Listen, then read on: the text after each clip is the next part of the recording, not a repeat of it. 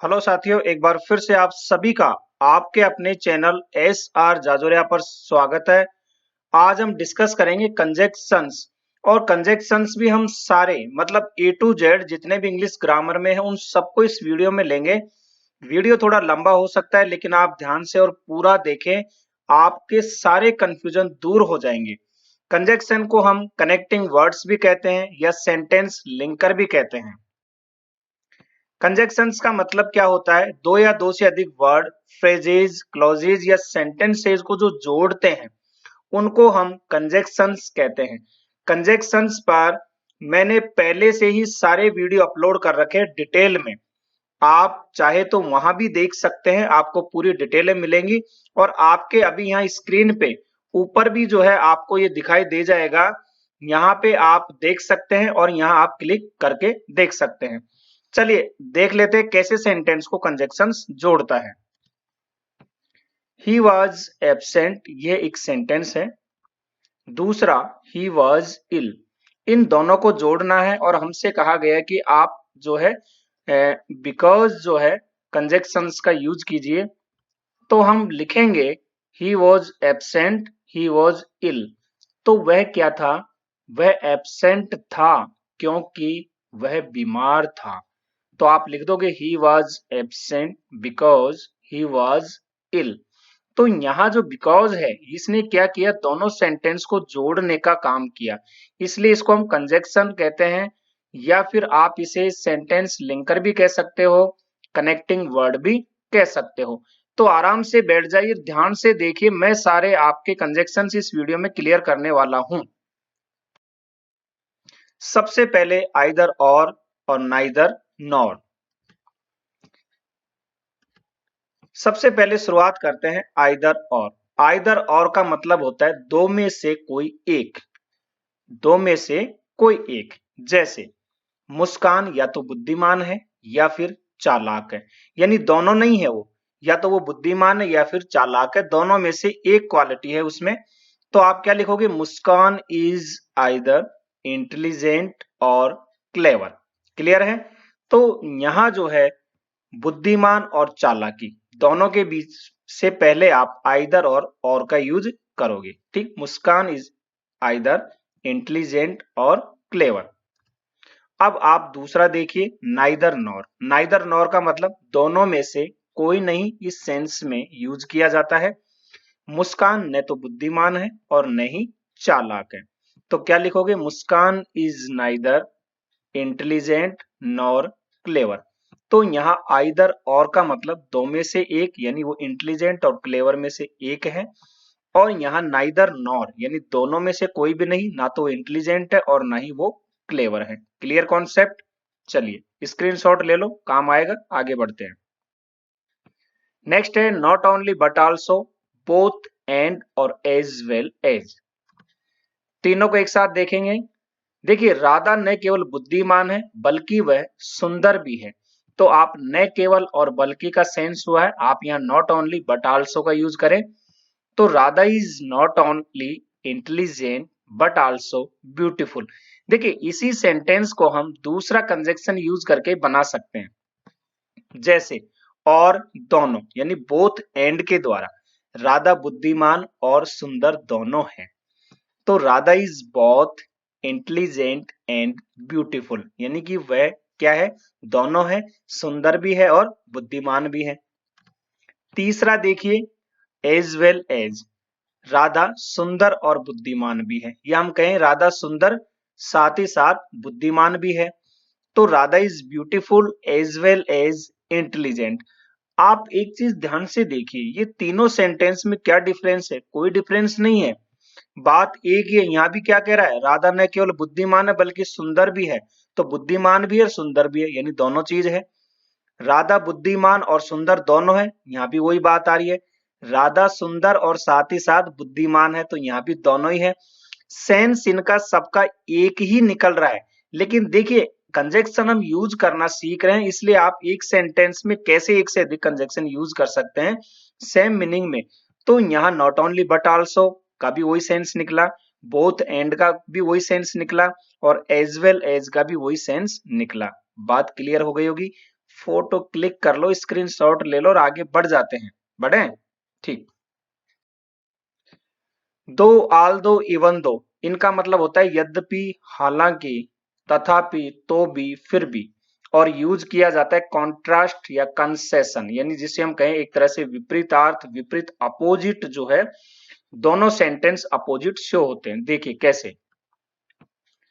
यद्यपि, हालांकि वह गरीब है तो भी फिर भी वह खुश है, यानी गरीब है फिर भी वह खुश है। विपरीत हुआ ना, गरीब होने के बावजूद भी वह खुश है। तो ये कॉन्ट्रास्ट को दर्शाता है, यानी अपोजिट को दर्शाता है।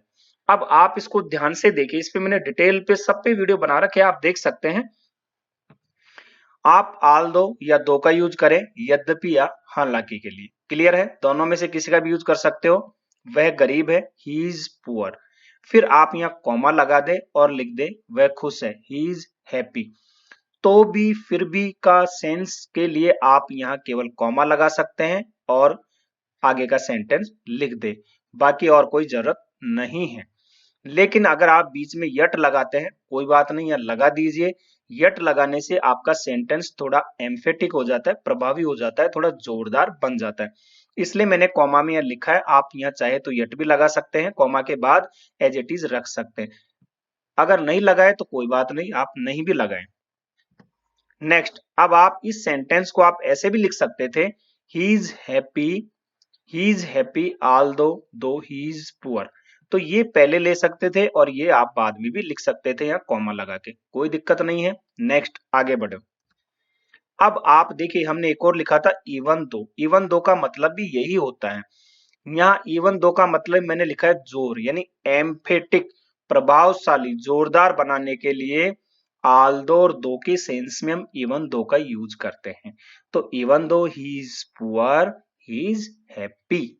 तो आप ये यूज करो, ये यूज करो या ये यूज करो, कोई दिक्कत नहीं है, कोई फर्क नहीं है। आप बीच में यट लगाओ मत लगाओ, कोई दिक्कत नहीं है। अब आप इवन इफ और नो मैटर, इसको देखिए। ये भी हमारे कॉन्ट्रास्ट को यानी विपरीत को दर्शाता है। भले ही, क्यों न, या चाहे, इस सेंस में इसका हम यूज करते हैं। तुम मुझे भले ही, क्यों न या चाहे गाली दो, मैं तो तुम्हें प्यार करता रहूंगा। विपरीत हो गया, अपोजिट। गाली देने के बावजूद भी प्यार करता रहेगा। तो कॉन्ट्रास्ट को दर्शा रहा है, अपोजिट दर्शा रहा है। Even if you abuse me, भले ही, क्यों न, चाहे, इसके लिए इवन इफ या नो मैटर, दोनों में से कोई सा भी यूज करो। यू अब्यूज मी, आप मुझे, तुम मुझे गाली दो, comma, I will continue to love you, मैं तो तुम्हें प्यार करता ही रहूंगा। नेक्स्ट, हावेवर और नेवरथलेस, इसका यूज भी हम कॉन्ट्रास्ट और कंसेशन के लिए करते हैं। देखिए कैसे, इसका भी सेंस तथापि, फिर भी के लिए ही किया जाता है। उसे आमंत्रित नहीं किया गया था, तथापि फिर भी वह पार्टी में भाग लेने गया। ये भी कॉन्ट्रास्ट को दर्शा रहा है। उसे आमंत्रित नहीं किया गया, फिर भी वह चला गया।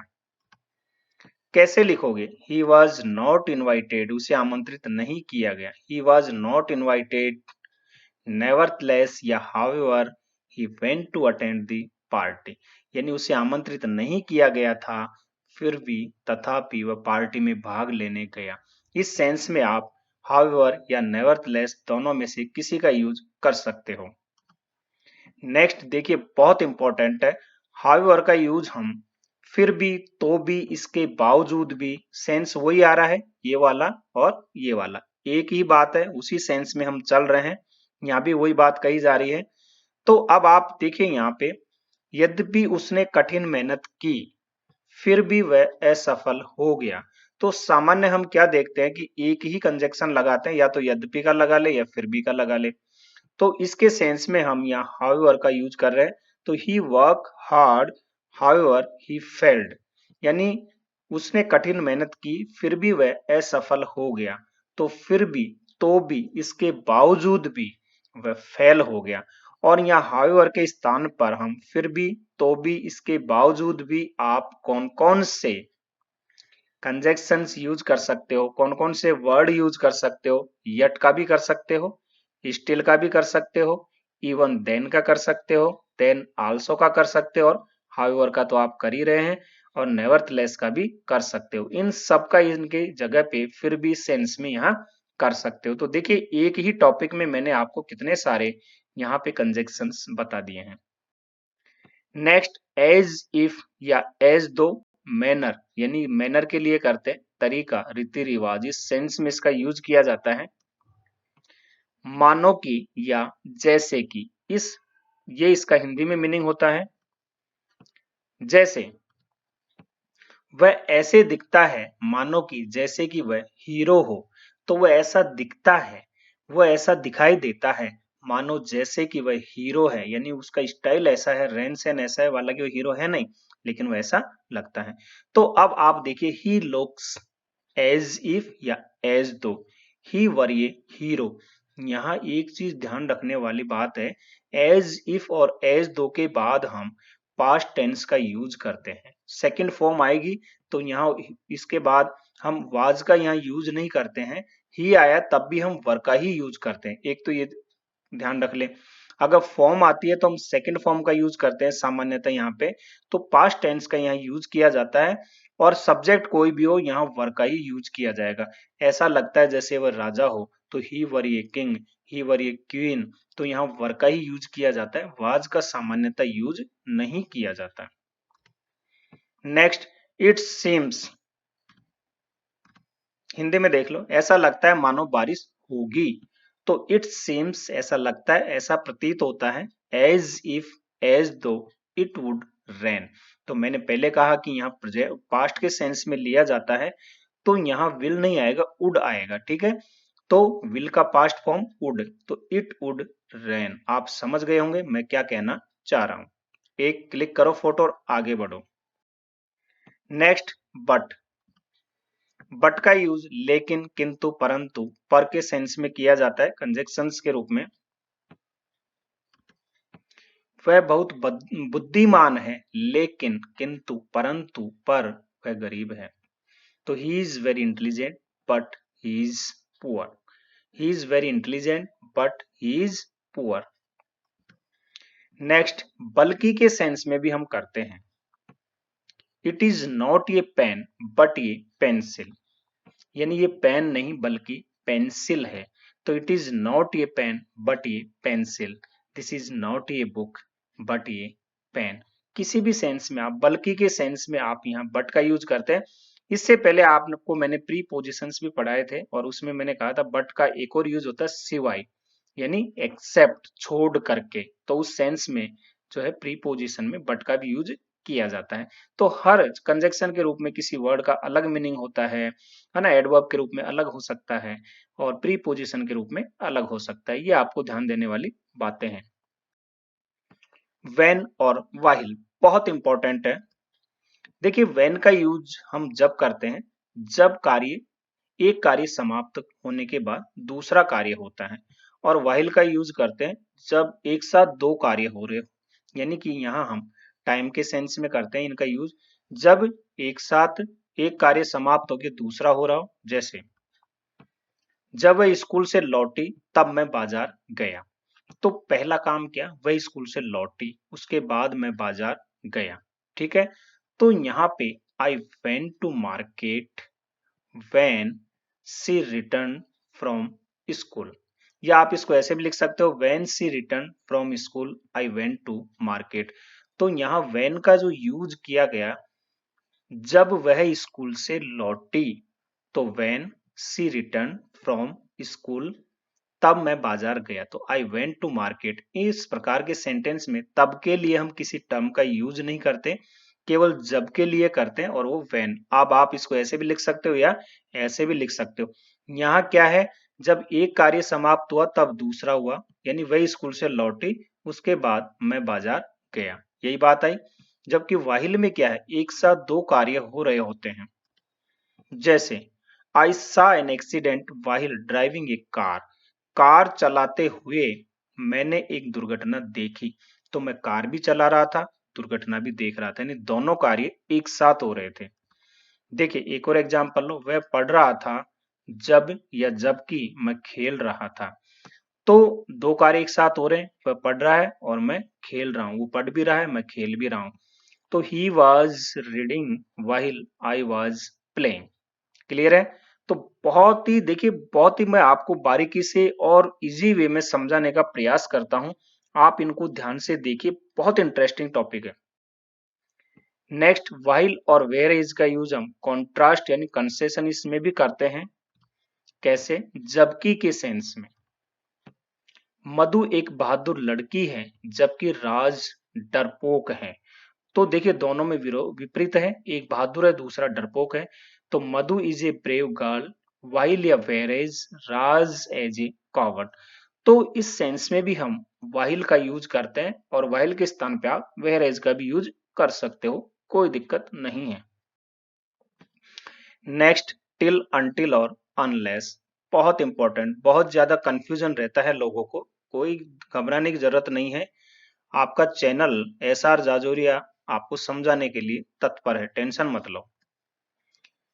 देखिए, देखते हैं, यहां हमने एग्जाम्पल लिया है, जब तक वह नहीं लौटेगा तब तक मैं बाहर नहीं जाऊंगा। क्लियर है? जब तक वह नहीं लौटेगा तब तक मैं बाहर नहीं जाऊंगा। तो यहां पे जब तक के सेंस में हम टिल या अनटिल का यूज करते हैं टाइम के लिए, ठीक है। तो I will not go out यानी मैं बाहर नहीं जाऊंगा जब तक, टिल या अनटिल ही रिटर्न्स। यहां एक चीज ध्यान रखिएगा, जो टाइम से रिलेटेड कंजक्शंस होते हैं उनके लिए अगर ये हमारा जो सेंटेंस है दूसरा वाला, जैसे मैं बाहर नहीं जाऊंगा, यदि ये सेंटेंस हमारा फ्यूचर में है तो ये हमारा चाहे फ्यूचर में हो या प्रेजेंट में हो फिर भी हम इसे प्रेजेंट में ही बनाएंगे, यानी प्रेजेंट इंडेफिनेट में बनाते हैं। तो यहाँ है, जब तक वह नहीं लौटेगा, इस सेंस में आप ही विल रिटर्न कर दोगे तो यहाँ गलत हो जाएगा, ठीक है ना। तो आपको क्या करना है, I will not go out till until he returns, और इसको मैंने टेंस प्रेजेंट इंडेफिनेट में बताया और पास्ट फ्यूचर इंडेफिनेट में भी डिटेल में बताया है पार्ट 2 में, दोनों के। क्लियर? अब ये टिल अनटिल समय के लिए होते हैं, यानी जब तक के सेंस में इनका यूज किया जाता है। क्लियर हो गया? अब अनलेस जो है ये क्या है, ये कंडीशन के लिए यूज किया जाता है जब तक के सेंस में, या फिर यदि नहीं भी हम कह सकते हैं, जैसे जब तक तुम परिश्रम नहीं करोगे तब तक तुम पास नहीं होंगे, यदि तुम परिश्रम नहीं करोगे तो तुम पास नहीं होंगे। यानी ये हमारा जो है कंडीशनल सेंटेंस की कैटेगरी 1 का सेंटेंस है जो नेगेटिव सेंस दे रहा है, और हम यहाँ अनलेस का यूज किस में करते हैं, नेगेटिव में। यहाँ हमने कहा टिल अनटिल में भी हम यहाँ देखिए नेगेटिव, जब तक वह नहीं लौटेगा, लेकिन हमने यहाँ नॉट नहीं लगाया क्योंकि ये शब्द अपने आप में ही नेगेटिव है। एक चीज और ध्यान रखिएगा, ये अनटिल और अनलेस जो है अपने आप में क्या है, नेगेटिव है, इनके साथ नॉट नहीं लगता। क्लियर है? तो जब तक तुम परिश्रम नहीं करोगे तब तक तुम पास नहीं होंगे। तो you will not pass unless you work hard. तो ये अनलेस के साथ भी अगर ये हमारा सेंटेंस फ्यूचर में है तो ये प्रेजेंट इंडेफिनेट में ही बनेगा, जब तक तुम परिश्रम नहीं करोगे चाहे ये फ्यूचर में ही क्यों ना हो। तो यू वर्क हार्ड, और अनलेस अपने आप में नेगेटिव सेंस होता है तो यहाँ नॉट भी आपको नहीं लगाना है।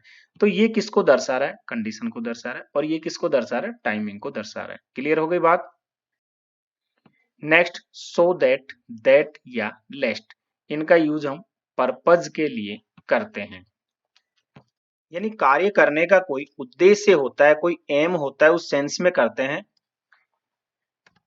और इसका सेंस होता है कि, जिससे कि वह कठिन परिश्रम करता है जिससे कि पास हो सके। तो कठिन परिश्रम क्यों कर रहा है, क्या उद्देश्य है, पास होने का, उसका पर्पज है। देखिए कंजक्शंस जो है सेंस के आधार पे यूज किया जाता है, इसलिए आपको जानना बहुत जरूरी है। तो वह कठिन परिश्रम करता है, he works hard so that या दैट, दोनों में से आप किसी का यूज कर सकते हो, दोनों पर्पज को ही शो करते हैं। वह पास हो सके, ही में पास। क्लियर है? नेक्स्ट, हम लेस्ट का भी यूज करते हैं इसी सेंस में, ऐसा न हो कि या ताकि, कठिन परिश्रम करो ऐसा ना हो कि, या ताकि आप असफल हो जाए। तो हम बनाएंगे work hard लेस्ट you should fail. एक चीज ध्यान रखिएगा, लेस्ट के साथ हम शुड का यूज करते हैं, बाकी और हम सामान्यतः जो है माइट कुड वगैरह इनका यूज नहीं करते, शुड का इसके साथ यूज किया जाता है। तो लेस्ट आप यूज करो तो शुड आप जरूर यहाँ यूज करो। क्लियर है? नेक्स्ट है एल्स और एल्स और अदरवाइज। इनका मतलब होता है अन्यथा या नहीं तो। आपको अब निकलना चाहिए, अन्यथा नहीं तो आपको देर हो जाएगी। तो आप you should leave now otherwise you will be late. तो यहाँ अदरवाइज के सेंस पे आप इनका भी यूज कर सकते हैं, सारे ही ये सही है। नेक्स्ट और का मतलब हम या अथवा के सेंस में करते हैं, जैसे आज सोमवार है या मंगलवार, तो इट इज मंडे और ट्यूसडे टुडे। तो यानी और मतलब या अथवा, इस सेंस में हम और का यूज करते हैं।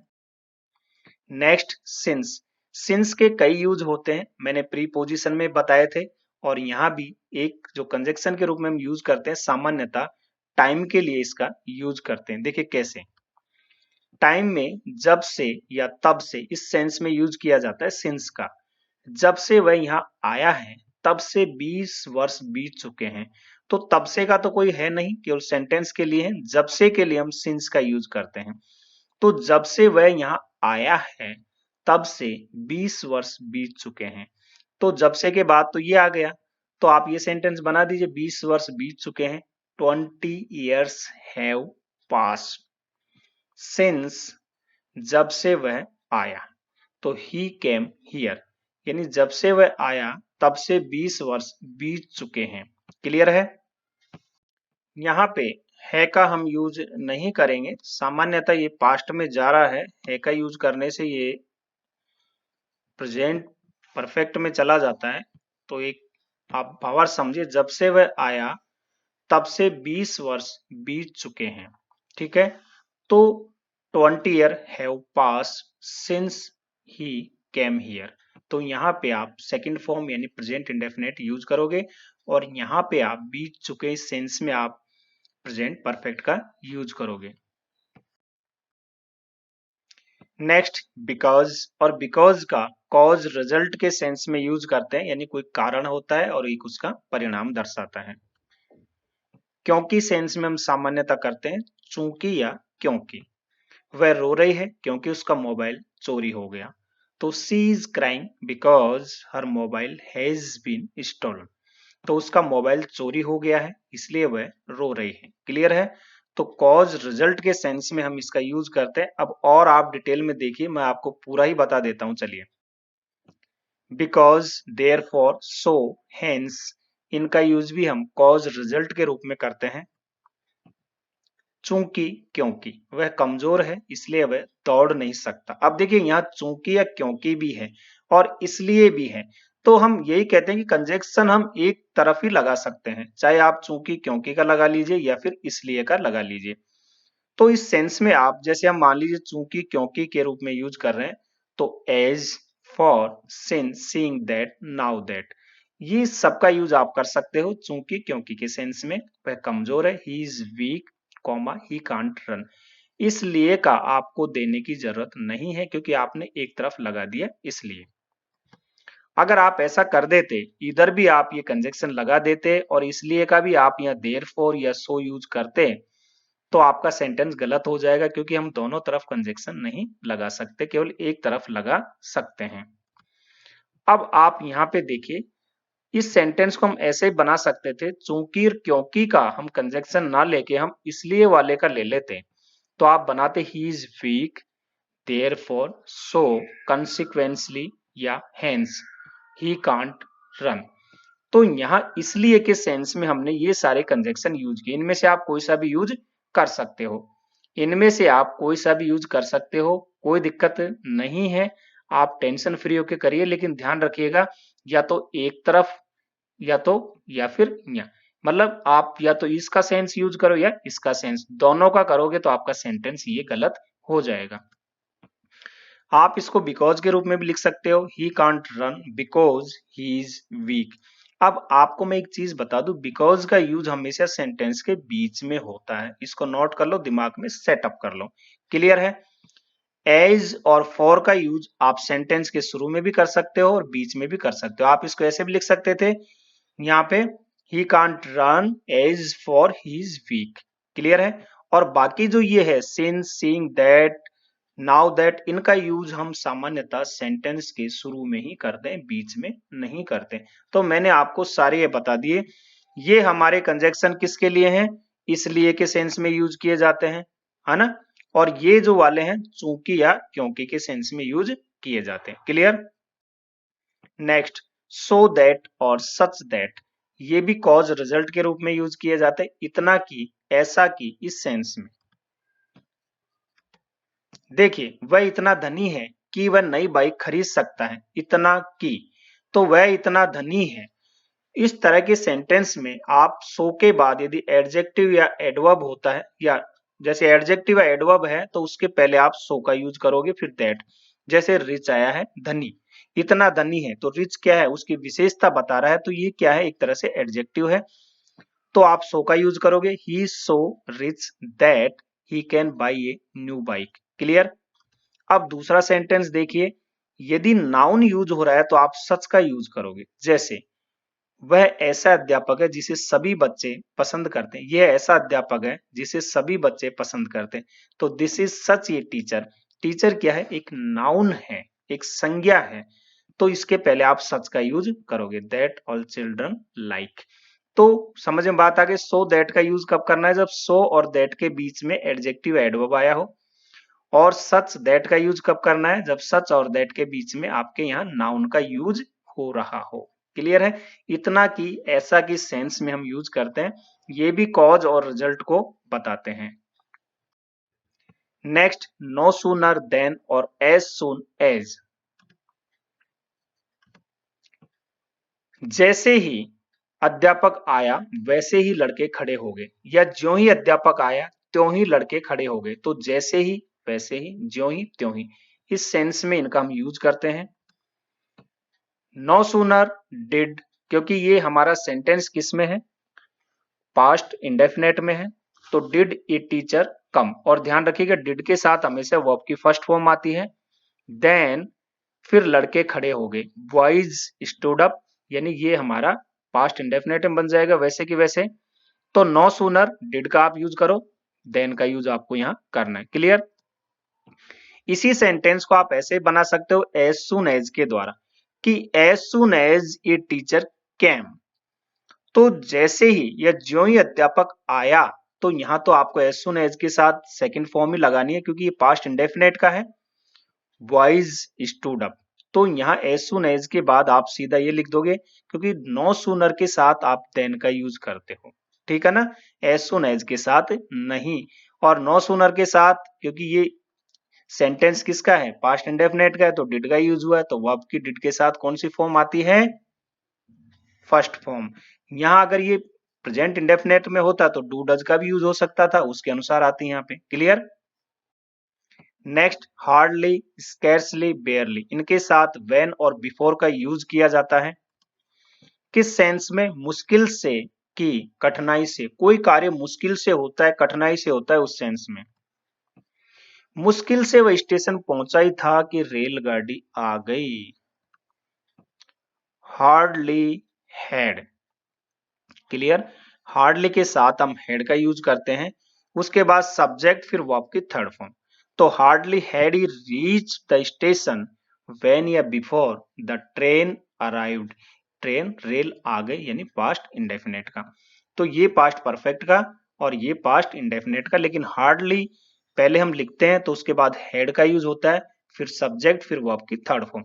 इसको हम ऐसे बना सकते थे कि ही हैड हार्डली, सब्जेक्ट पहले लिख दें, फिर हैड हार्डली यानी कि हेल्पिंग वर्ब, और हार्डली इसके बाद वर्ब की थर्ड फॉर्म। फिर व्हेन या बिफोर का यहाँ यूज कर सकते हैं। हार्डली की जगह आप स्कैर्सली और बेयरली का भी यूज कर सकते हैं, मुश्किल से, कठिनाई से, इस सेंस में। क्लियर? नेक्स्ट, एज एज या सो एज, इतना जितना, उतना जितना, यानी कंपैरिजन, तुलना किया जाता है। देखिए दो तरीके से है, एक तो तुलना में समानता हो और एक असमानता हो। ठीक है, एक सिमिलरिटी हो और दूसरे में सिमिलरिटी नहीं हो। जैसे कामना उतनी लंबी है जितनी भावना, दोनों में समानता है यानी दोनों बराबर लंबी है, यूं भी कह सकते हैं। तो उतना, उतनी या जितना, जितनी। तो कामना इज एज टॉल एज भावना। तो तुलना किसकी हो रही है? लंबाई की। तो as tall as Bhavna. Clear. और असमानता की बात करें तो कामना उतनी लंबी नहीं है जितनी भावना। और जब असमानता की बात होती है तब हम सिमिलरिटी नहीं होती है तो क्या होता है? वहां नॉट लगेगा यानी नेगेटिव में होगा वो। तो नेगेटिव में आप कामना इज नॉट, नॉट लगाओगे। फिर नेगेटिव में आप एज का भी यूज कर सकते हैं और सो एज का भी यूज कर सकते हैं, किसी का भी यूज कर सकते हैं। तो एज टॉल एज या so tall as Bhavna. Clear है। बाकी और देखिए as many as much as, इनका भी यूज इतना, जितना, उतना, जितना। रवि के पास उतनी कलमें हैं जितनी महेश के पास। तो यहाँ पे देखिए, यहाँ पे अगर काउंटेबल है यानी नंबर में है तब तो आप एज मैनी एज का यूज करोगे। तो Ravi has as many pen as. तो एज मैनी पेन्स, और पेन्स को आप काउंट कर सकते हो, काउंटेबल है। तो यहाँ एज मैनी फिर एज इसका यूज करोगे। और यदि अनकाउंटेबल हो यानी क्वांटिटी को दर्शाती है, मात्रा को दर्शाती है, जैसे रवि के पास उतना दूध है जितना महेश के। तो Ravi has as much milk as Mahesh. तो यहाँ एज मच एज का यूज होगा और यहाँ एज मैनी एज का यूज होगा। क्लियर। नेक्स्ट, जैसा, जैसे, जैसी, वैसा, या इस सेंस में हम एज का यूज करते हैं। आप देखिए बहुत सारे यूजेज आप समझ जाओगे। जैसे तुम्हारी मर्जी या जैसी तुम्हारी मर्जी, तो आप एज का यूज करते हो इस सेंस में। क्या लिखते हो? As you wish. वैसा ही करो जैसा तुम्हें पसंद है। तो वैसा ही करो जैसा तुम्हें पसंद है। तो जैसे के लिए हम एज का यूज करते हैं, वैसे के लिए कोई यूज नहीं करते। तो आप क्या लिखोगे? करो यानी डू जैसा, एज यू लाइक। जैसे ही राज ने लड़ाई शुरू की वैसे ही कमल भाग गया। तो जैसे ही के लिए एज राज स्टार्टेड फाइटिंग कमल रन अवे। क्लियर है। वैसे ही के सेंस में हम कोई वर्ड यूज नहीं करते हैं। मैं यहाँ अध्यापक के नाते अध्यापक के तौर पे काम कर रहा हूं। तो के नाते या के तौर पे इस सेंस में भी हम एज का यूज करते हैं। I am working here as a teacher. आप मेरी बहन की तरह हो, की तरह होना, की तरह लगना, उस सेंस में भी हम एज का यूज करते हैं। जैसे you are as my sister, you are as my sister. इसकी फोटो ले लो, क्लिक कर लो, बहुत इंटरेस्टिंग है। नेक्स्ट, देन का यूज भी हम कंपैरिजन के लिए करते हैं। रवि महेश से अधिक धनी है। तो Ravi is richer than Mahesh. यहाँ पे हम कंपेरेटिव डिग्री का यूज करते हैं यानी तुलना के लिए। तो रवि महेश से अधिक धनी है, Ravi is richer than Mahesh. And Ravi और राज जयपुर जा रहे हैं। और के लिए हम एंड का यूज करते हैं। तो Ravi and Raj are going to Jaipur. Next, if यानी यदि अगर, कंडीशन के में सेंटेंस में हम कौन कौन से यूज करते हैं? ये इफ वाला जो हमारा कंजक्शन है ये कंडीशन को शो करता है। देखिए इसमें यदि तुम मेरे पास आओगे तो मैं तुम्हें अंग्रेजी पढ़ाऊंगा, पहला। यदि तुम मेरे पास आते तो मैं तुम्हें अंग्रेजी पढ़ाता। और यदि तुम मेरे पास आए होते तो मैं तुम्हें अंग्रेजी पढ़ा चुका होता। ये तीनों कंडीशन मैंने ले ली है, कंडीशन 1 2 3, और इनके डिटेल पे मैंने वीडियो बनाया हुआ है। आपको यहाँ पे यहाँ मिल जाएगा, डिस्क्रिप्शन में भी मिल जाएगा, कंडीशनल सेंटेंस का आपको लिंक भी मिल जाएगा, प्ले लिस्ट भी होगी, आप वहां भी देख सकते हो। देखिए यदि तुम मेरे पास आओगे तो मैं तुम्हें अंग्रेजी पढ़ाऊंगा, यहाँ एक संभावना यानी पॉसिबिलिटी बनती है, यदि आओगे तो मैं तुम्हें पढ़ा दूंगा। तो इस तरह की कंडीशन में हम देखिए यहाँ आओगे, पढ़ाऊंगा, ये है तो फ्यूचर में ही, लेकिन इफ के साथ हम प्रेजेंट इंडेफिनेट का यूज करते हैं। If you come to me, और दूसरे में हम फ्यूचर इंडेफिनेट का, तो I will teach you English, यदि तुम मेरे पास आओगे तो मैं तुम्हें अंग्रेजी पढ़ाऊंगा। दूसरी कंडीशन, यदि तुम मेरे पास आते तो मैं तुम्हें अंग्रेजी पढ़ाता। तो यहां हमारी जो है कंडीशन होने की मतलब बहुत कम चांस है, लेकिन फिर भी कुछ प्रतिशत यहां रहता है। तो यहां इस वाले सेंटेंस में हम यूज करते हैं पास्ट इंडेफिनेट, और यहां यूज करेंगे हम वुड का। तो if you come to me I would teach you English, clear. और ये जो है, यदि तुम मेरे पास आए होते तो मैं तुम्हें अंग्रेजी पढ़ा चुका होता। तो तुम मेरे पास आए नहीं और मैं तुम्हें अंग्रेजी पढ़ाता नहीं, तो ये एक तरह से इम्पॉसिबल है हमारा जो है। तो if you had come to me I would have taught you English. तो यहाँ क्या होता है, हम प्रेजेंट, सिंपल प्रेजेंट का यूज होता है, और यहाँ फ्यूचर इंडेफिनेट, ये पास्ट में शो होती है और ये पास्ट परफेक्ट में। तो यहाँ हैड और वर्ब की थर्ड फॉर्म यूज होती है, और यहाँ पे सेकंड फॉर्म यूज होती है, इसके साथ वुड वर्ब की फर्स्ट फॉर्म, और यहाँ वुड के साथ हैव और वर्ब की थर्ड फॉर्म। इस पे डिटेल पे वीडियो बना हुआ है, आप वहां भी देख सकते हैं।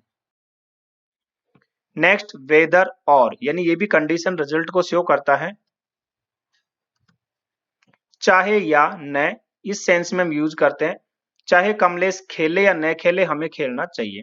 तो चाहे कमलेश चाहे खेले या न खेले हमें खेलना चाहिए। तो वेदर कमलेश प्लेज और not we should play, clear. Next as long as, so long as, provided, provided that, on condition that, ये सब कंडीशन को ही शो करते हैं। कंडीशन वाले क्लॉज है, जैसे आप मेरी किताब ले सकते हो बशर्ते आप उसे 7 दिन में लौटा दे। कंडीशन क्या है, किताब आप ले सकते हो, लेकिन कंडीशन क्या है, आप उसे 7 दिन में लौटा दे। बशर्ते यानी हिंदी का एक वर्ड है, उस सेंस में यूज करते हैं। You can take my book as long as you return it within 7 days. तो एज लॉन्ग एज के स्थान पे आप इनमें से कोई सा भी यूज कर सकते हैं, सब बशर्ते के रूप में ही यूज किए जाते हैं, क्लियर।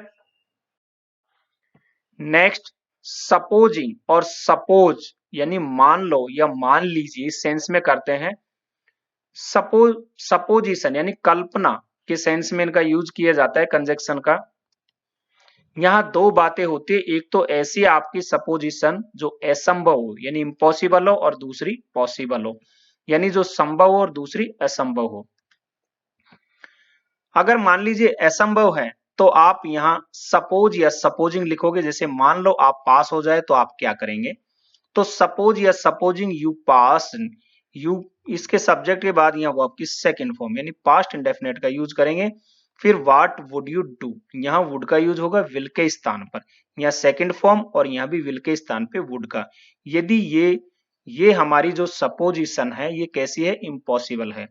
अगर मान लीजिए पॉसिबल है तो फिर आप यहाँ पे जो है हम सामान्यतः प्रेजेंट इंडेफिनेट का यूज करते हैं, और यहाँ फ्यूचर इंडेफिनेट का। तो सपोज या supposing you pass, what will you do, दोनों बातें आपको समझ में आ गई होगी। तो मैंने एक सिंपल सेंटेंस लिया था, इस तरह का आप बना सकते हो कि मान लीजिए कमरे में भूत आ जाए आप क्या करोगे, मान लीजिए अचानक बारिश हो जाए आप क्या करोगे, और कुछ हो जाए, तो इस तरह सपोज करते हो। अगर वो सपोजिंग आपको लगता है इम्पॉसिबल है, तब तो आप पास्ट इंडेफिनेट और वुड का यूज करें, और यदि वो पॉसिबल है तो आप प्रेजेंट इंडेफिनेट और फ्यूचर इंडेफिनेट का यूज करें। वीडियो आपको पसंद आया होगा, बहुत इंपॉर्टेंट ये वीडियो था, मैंने सारे कंजक्शंस इसमें कवर किए हैं। यदि आपको पसंद आया हो तो इसे लाइक और शेयर जरूर कर दें, ताकि हमारा भी कॉन्फिडेंस बना रहे। व्यूअर्स के रिक्वेस्ट पर यह वीडियो बनाया हुआ है, बाकी तो सारे कंजक्शन पर अलग अलग वीडियो बने हुए हैं। यदि आप चैनल पे नए हैं तो इसे सब्सक्राइब जरूर कर लें। हंसते रहिए, मुस्कुराते रहिए, देखते रहिए आपका अपना चैनल SR जाजोरिया। धन्यवाद।